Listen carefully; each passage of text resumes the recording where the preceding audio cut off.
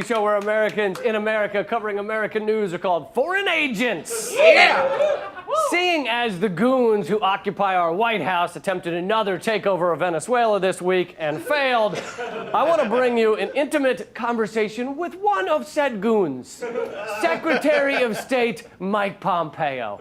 Pound for pound, the man in our government with the most pounds for pounds. Recently, he was at a Q&A at Texas A&M University, and sometimes politicians, when they're at those like little Q&A things, they forget that they're filmed. So let's just say he was a little more honest than usual. When I was a cadet, what's the cadet motto at West Point? You will not lie, cheat, or steal, or tolerate those who do. I was the CIA director. We lied, we cheated, we stole. It was like we had entire training courses.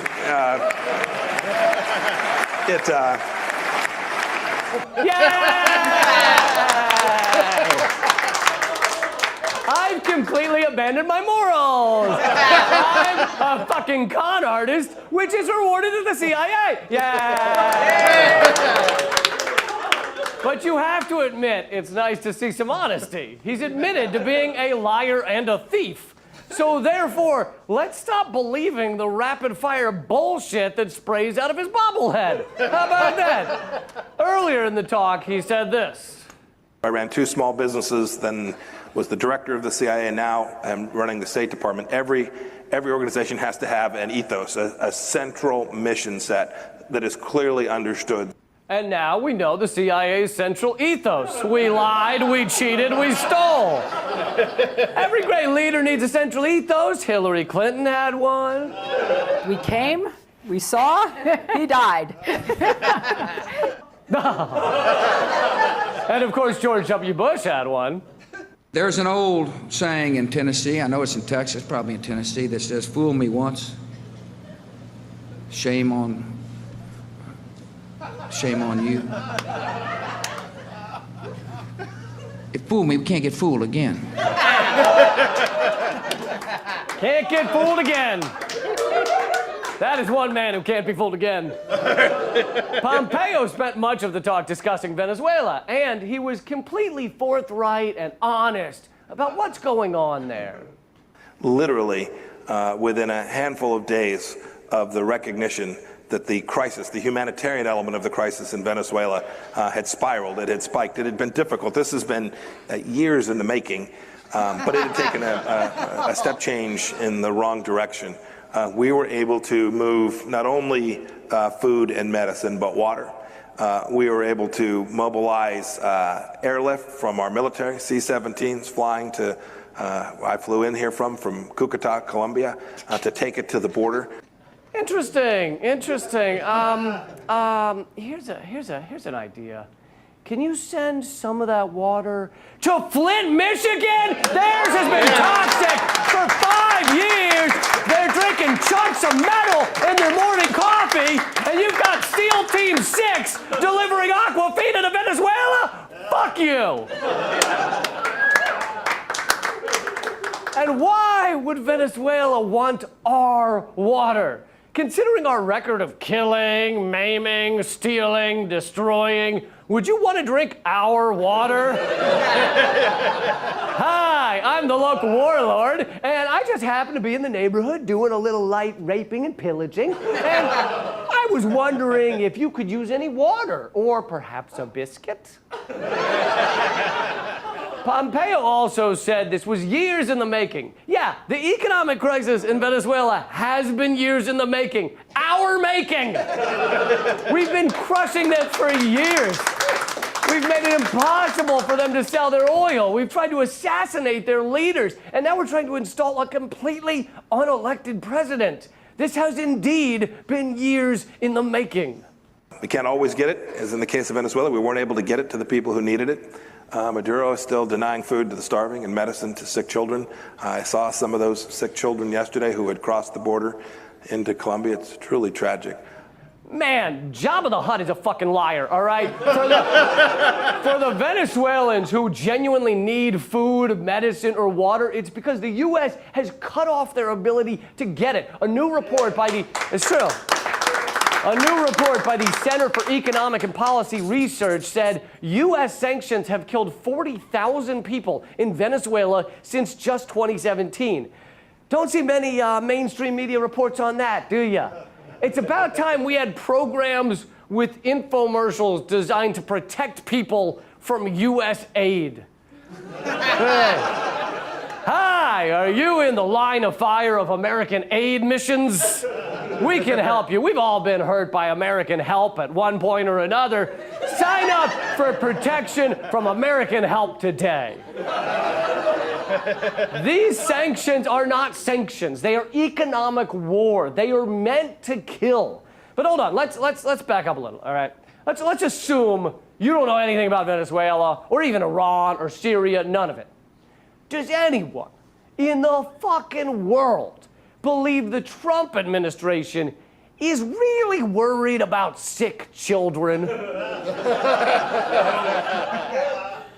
that the question at the heart of all this? They drop over 100 bombs a day, many of them on children. Do you honestly believe Chris Farley over there is sitting at home going, oh, I hope those Venezuelan niños get la medicina? Por favor. That's like asking Marlon Brando if he cared about the quality of the cinematic art form when he was playing Superman's father. No, he cared about the $4 million. Reporters were like, Marlon, what's your favorite part of the movie? $4 million. But there was one other moment when Pompeo was honest. He says the point of sanctions is first and foremost to help the United States. These sanctions are never something we do with glee, and we do them only as a means to try and achieve an outcome that's good for the United States and good for the world. Here's an idea. If what's good for the United States and good for the world is for us to leave other countries the fuck alone, how about that? Is that an idea? What if that's the case? Maybe we could give it a try. Maybe. Sounds like a really good thing. I wonder if anyone's ever tried it. Play some more. And then if we do it well and are good enough to do it quickly and begin to rebuild Venezuela, we can get some of the 3 million who have left back home to their families, back home to their homes, back home to what they know and love so that they can be part of the rebuilding of Venezuela. Oh, so we, the U.S., are going to rebuild Venezuela after we've crushed it. And if the Venezuelans are nice to us, we might even let some of them come back to help rebuild it with us. How kind of him. And look, folks, I'm sure that is exactly how it's going to happen, all right? We've seen it again and again. We crush a country with economic war, often followed by just straight up war, and then everybody in that country is happy and they get to enjoy their nation again. It was like that in Iraq, and in Libya, and in Syria, and in Haiti, and in Afghanistan, etc., etc., etc. All countries we have fixed and then handed back to the lovely people who live there. We don't even charge for our services. We just do it for the satisfaction of helping people, really. Next, Secretary of State Paul Blart Mall Cop was asked about Syria. There are those who think that Assad has prevailed. I don't know that there's a need to declare winners and losers, but the facts on the ground are that today Assad rules over a very broken country with 6 million displaced persons. He controls, depending on how you count it, a third to 40% of the real estate of Syria. Much of the oil wealth, the thing that has driven Syria's economy for an awfully long time, is not in the control of the Assad regime. Did Meatloaf really just say that we won in Syria because Assad rules over a broken country? Yay! We destroyed their nation and killed tons of people. Hooray! I would hate to see what that trophy looks like, because that sounds awful. That sounds tragic. This fucking ass clown literally just said, sure, Assad is still in power, but we stole their oil and killed their people and destroyed their country so we win. That's the thing. These people are hoping for chaos and destruction. They are full-on sociopaths. No number of dead phases them. And finally, Pompeo gets to Iran. I'm gonna go out on a limb here and say he has nothing but lovely, kind-hearted things to say about Iran. The other great threat, which is the Islamic Republic of Iran, which remains the largest sponsor of terror. The largest sponsor of terror. You don't think there's any other competitors for that title? Maybe the country with 1,000 military bases around the world. Iran has how many bases around the world outside of Iran? Oh, that's right, zero. What about the country that spends $1 trillion a year on death machines? How about what about the country that helps arm and fund groups that work with Al Qaeda? What about the country that drops a bomb roughly once every 10 minutes? Do you think that country might be involved in the contest? Yes, it's true, before the Pentagon under Trump got quieter about their murder numbers, the total number of bombings officially reported for the 9 months prior was 39,410 for an average of 144 per day. Hey, Pompeo, I think we found the largest sponsor of terror. Does anyone have a mirror they can show him?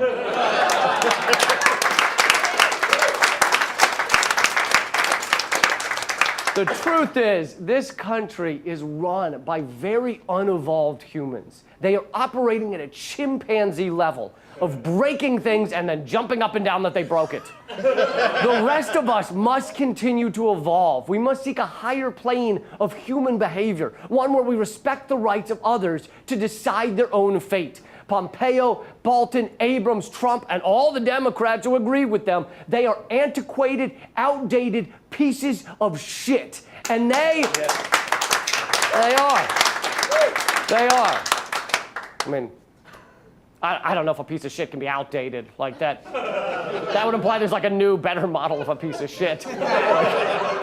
Like Tim Cook comes out and unveils Apple piece of shit 10.0, which would be weird. But whatever. We, the 99.9% of us who don't rule this planet, must keep evolving, because if and when we're all operating on a higher level of understanding, then it will be painfully clear that we are being led by fucking primates. Coming to you from Washington, D.C., the belly of the beast. This is Rich